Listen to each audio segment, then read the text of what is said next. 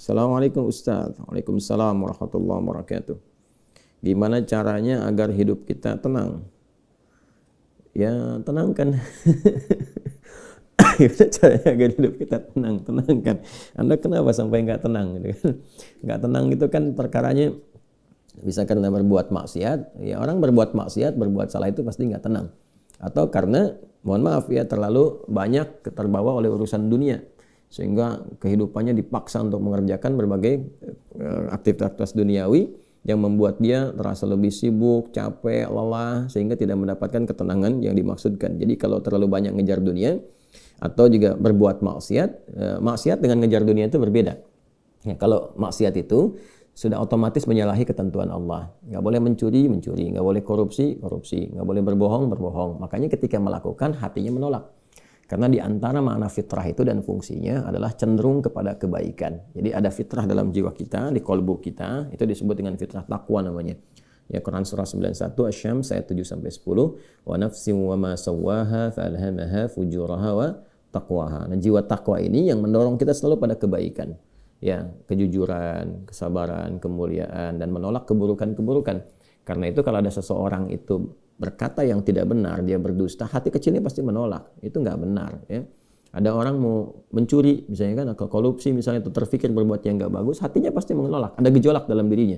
Nah, itu yang membuat dirinya nggak tenang. Nah, yang kedua, bukan maksiat, tapi terlalu banyak mengejar dunia, sehingga lupa dengan urusan akhirat, lupa dengan ibadah. Ya, dia bekerja formal, benar, dia nggak menyalahi aturan, dia nggak korupsi, tapi dia berangkat dari gelap, pulang gelap lagi, menempuh perjalanan, kerja lagi, kena kemacetan. Nah, itu potensial akumulasi ini menimbulkan kepenatan, kegelisahan, capek, lelah, sehingga muncul pencarian. Nah, itulah dunia. Itulah dunia. Walaupun saat dia mengerjakan itu, dia mengerjakan tidak dalam konteks bermaksiat, tapi karena terlampau lelah mengerjakan itu dan penat, nah, rohnya kan menuntut. Di tubuh kita kan ada 3 bagian. Ya, ada fisik di bagian luar, kemudian ada akal ya di pikiran, yang ketiga itu ada hati, ada jiwa spiritual. Masing-masing harus mendapatkan porsinya. Ya, ini kalau bagian tubuh luarnya aja yang makan, fisiknya yang makan, mengonsumsi, tidur, istirahat. Ya, kemudian akalnya nggak pernah dipakai, nggak pernah belajar, nggak pernah baca, nggak pernah apa. Ini akalnya juga bisa protes, tumpul, nggak nyaman. Ya, sebaliknya juga, kalau dia misalnya ya makan, minum, kerja, aktivitas, olahraga, akalnya dipakai, dia baca dan sebagainya, tapi rohnya nggak pernah diberikan porsinya. Dia nggak pernah ibadah, nggak pernah sholat, nggak pernah baca Quran dan sebagainya. Maka ini yang generator kehidupannya, ini sumber ketenangannya, maka tetap akan gelisah. Karena itu ditemukan betapa orang pintar, ya kan, kerja keras dan sebagainya, tapi ya rohnya nggak terisi, banyak yang bunuh diri. Ya, di Jepang terjadi, itu kan. Atau bahkan setidaknya ada orang-orang kaya yang sudah hebat, pinter-pinter, ya di akhir hidupnya apa yang dia kerjakan? Ya cuman datang terapi, nanam kangkung, nanam cabai gitu kan, datangnya ini untuk mencari ketenangan karena rohnya nggak terisi. Maka Islam alhamdulillah ya agama yang sangat komplit, memberikan pencerahan sekaligus arahan dan pedoman dalam berkehidupan. Fisiknya dituntun, pikirannya juga dimotivasi untuk terus ditingkatkan, pintar sampai ke level yang tertinggi, dan rohnya diberikan porsinya untuk menunaikan ibadah sehingga mendapatkan asupan-asupan menu bagi rohnya. Makanya di kita kan ada sholat, ada puasa, gitu kan? Nah, kemudian ada baca Quran, itu untuk kebutuhan rohiyah kita, untuk memberikan ketenangan. Lalu fisik dipandu, bagaimana cara makan, bagaimana cara beraktivitas, dari mulai bangun tidur sampai tidur lagi kan diatur. Ya, lalu pikiran turun ayat-ayat untuk menjadikan pikiran itu terlatih kuat, kan, bahkan sampai ke level yang tinggi, jenius dan sebagainya. Turun ayat tentang Iqra, banyak baca, turun ayat tentang tadabbur, afala yanzuruna ilal ibili kaifa khuliqat afala yatadabbaruna al-Qur'an, turun ayat tentang riset, inna fi khalqis samawati wal ardi wa ikhtilafil laili wan nahari la ayatil ulil albab, kan, dan seterusnya. Itu supaya semua terstimulus. Nah, jadi kalau ingin tenang, bagaimana cara hidupnya tenang? Seimbangkan 3 bagian tadi. Jadi pikiran kita dilatih supaya kuat, ya supaya tajam dalam berpikir dan mengarahkan bagian tubuh kita untuk bertindak secara benar.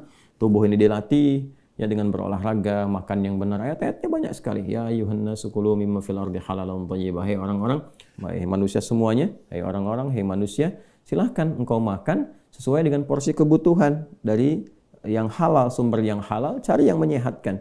Itu di Al-Baqarah 168. Nah, kalau sudah sehat, tubuhnya sehat, dipakai aktivitas, olahraga. Kan banyak hadis-hadis tentang olahraga itu.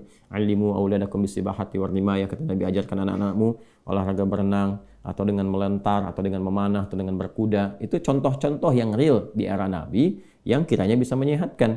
Atau kita riset misalnya olahraga apa yang kira-kira menyehatkan, ya, yang senafas dengan tadi jenisnya. Jenisnya bisa berbeda setiap zamannya. Zaman Nabi nggak ditemukan misalnya olahraga futsal, basket, misalkan bola, apalagi jenis-jenis yang sekarang ada banyak atletik dan sebagainya. Tapi kan kita bisa meriset. Oh, ini renang ini apa saja nih manfaat-manfaatnya? Apa nanti olahraga sejenis yang kira-kira yang sama yang bisa dipraktekkan kekinian, atau olahraga yang berbeda tapi manfaatnya sama, melatih otot ini, menyehatkan yang ini, silahkan walaupun jenisnya nggak sama di era Nabi. Era Nabi misalnya dengan memanah, era sekarang misalnya dengan olahraga menembak gitu kan, sah-sah saja silahkan. Yang penting konsentrasinya sama walaupun dengan alat atau perangkat yang berbeda. Ya nanti kalau ingin dilatih lagi dengan panahan ya nggak ada masalah. Jangan disimpulkan begini kalau kalau panahan sunnah, kalau menembak misalnya bid'ah. Nah itu sempit dalam berpikirnya. Ya, dan Nabi pun kan visioner. Di zaman Nabi mengatakan ajarkan anak-anakmu berenang. Berenang di mana? Di padang pasir. Ya kan? Kan tidak mudah mendapatkan tempat renang, ya kan?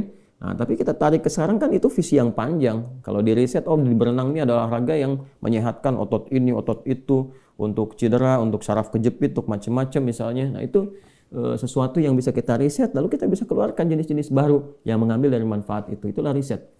Itulah riset. Nah, terkait dengan ketenangan ini, apa amalan pokoknya? Karena ketenangan bagian dari pikiran yang disupport oleh keadaan jiwa. Jadi intinya di kolbu, ketenangan itu intinya di kolbu. Jadi kalau kolbunya nggak tenang, hatinya nggak nyaman, hatinya nggak tenang, itu kebawa ke pikiran. Makanya orang-orang kena penyakit hati, sekalipun dia sehat tubuhnya, ya jenius otaknya, tapi kena penyakit hati. Dia kena penyakit iri. Ya iri kan iri hati. Saya belum pernah dengar iri akal, iri pikiran, ya, atau iri mata, ya iri kaki, iri tangan, nggak ada. Yang ada iri hati. Ya dengki misalnya, ria, itu penyakit hati semua. Makanya orang dengki, orang hasad itu pasti hidupnya nggak tenang. Ya, orang berilmu, tapi dia kena penyakit hati, iri kepada orang berilmu yang lain, itu nggak tenang hidupnya. Ya kan? Orang kaya, tapi dia pendengki, kaya terhadap dirinya sendiri, ya, dan dia dengki dengan kekayaan orang lain, itu nggak akan tenang. Dia terus pikirin bagaimana melampaui orang itu, bagaimana supaya dia celaka dan sebagainya. Itu yang sangat berbahaya. Maka untuk menenangkan diri itu, amalan-amalannya tidak ada yang lain kecuali meningkatkan ibadah, meningkatkan amal soleh, meningkatkan ketaatan.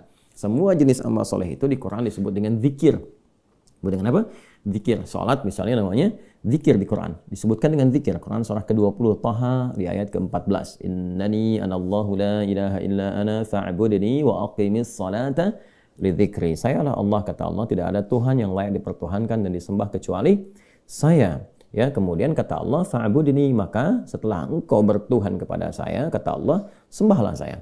Nah, ini kalimat yang paling jelas. Jelas sekali, enggak ada ambigu, terang, menyebabkan kita memahami bahwa ini kebenaran risalah Islam dari aspek ketuhanan.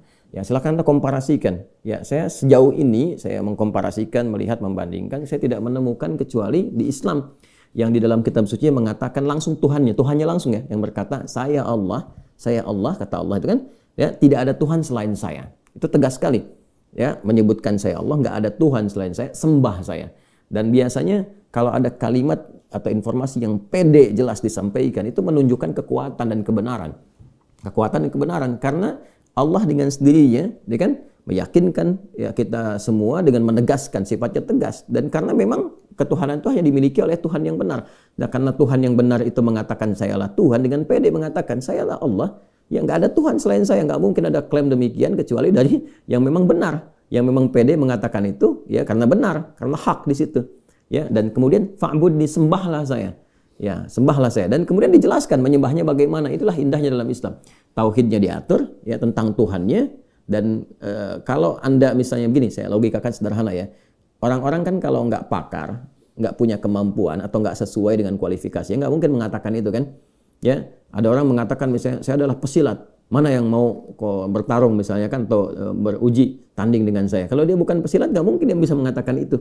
Ternyata dia bukan pesilat misalnya kan, dia cuma pesilat lidah gitu kan, bukan pesilat tangguh, dan nggak mungkin dia mengatakan, pede mengatakan demikian. Ya, sayalah ahli kungfu misalnya kan, silahkan ada yang ingin tanding mengetes di kungfu. Kalau dia bukan ahli kungfu nggak mungkin mengatakan demikian. Nah, ini Allah mengatakan dengan jelas, sayalah Allah, nggak ada Tuhan selain saya, sembah saya. Nah, bisa nggak ditemukan misalnya dimanapun tuh, termasuk di kitab-kitab yang disucikan, temukan. Ada nggak Tuhan yang mengatakan sayalah Tuhan, ya kan? Disebut namanya, sembah saya. Kalimat itu temukan. Ya, di Quran jelas. Kemudian fa'budni, sembah saya, wa aqimis shalah, dan tunaikan salat. Cara menyembah saya itu dengan menunaikan salat. Dan diatur. Ini indahnya dalam Islam tuh. Kemudian ditegaskan, saya Allah, saya Tuhan. Kemudian nggak ada Tuhan selain saya, kata Allah. Kemudian sembah saya. Cara menyembahnya pun diatur. Namanya salat. Cara mengerjakannya begini. Ya, lalu ditunjuk, diutuslah Nabi Muhammad SAW untuk mengajarkan dari awal sampai akhir, dari gerakan sampai bacaan, dari mulai hukumnya diajarkan, ya, dari cara menghadap ke arah mana, kemudian bagaimana caranya, ya, dari mulai berwudunya bahkan sampai dengan selesainya. Ya, ini menunjukkan bahwa risalah agama ini benar. Nggak mungkin kan diada-adakan demikian. Gimana cara bisa merekayasa seperti itu terjadi? Nggak mungkin. Ya, ini dari awal sampai akhir dan nggak ada kreativitas di situ. Nggak ada kreativitas dan semua sama. Ya, orang Arab demikian, yang bukan Arab demikian. Ya, jadi nggak ada ceritanya misalnya di Arab pakai bahasa Arab, di Indonesia pakai bahasa Indonesia. Ya, di Indonesia, di Sumatera pakai bahasa Sumatera misalnya, atau di Jawa pakai bahasa Jawa. Tidak. Ya, Quran mau dimanapun pakai bahasa Arab. Salat dengan cara yang sama, menghadap tempat yang sama. Tapi terkait dengan pertanyaan ini, teruskan ayatnya. Wa aqimis sholata lidzikri. Tunaikan salat kepadaku, kan, sebagai zikir. Jadi salat itu disebut dengan zikir. Berdoa juga zikir.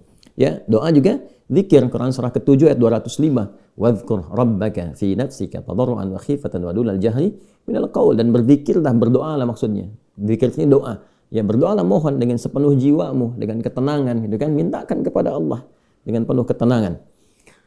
Dan mohon dengan kekhusyuan, mohon dengan penuh harap supaya dikabulkan. Nah, silakan cek, bukankah saat berdoa itu ada ketenangan? Anda punya masalah, alih-alih Anda curhat di media sosial, gitu kan?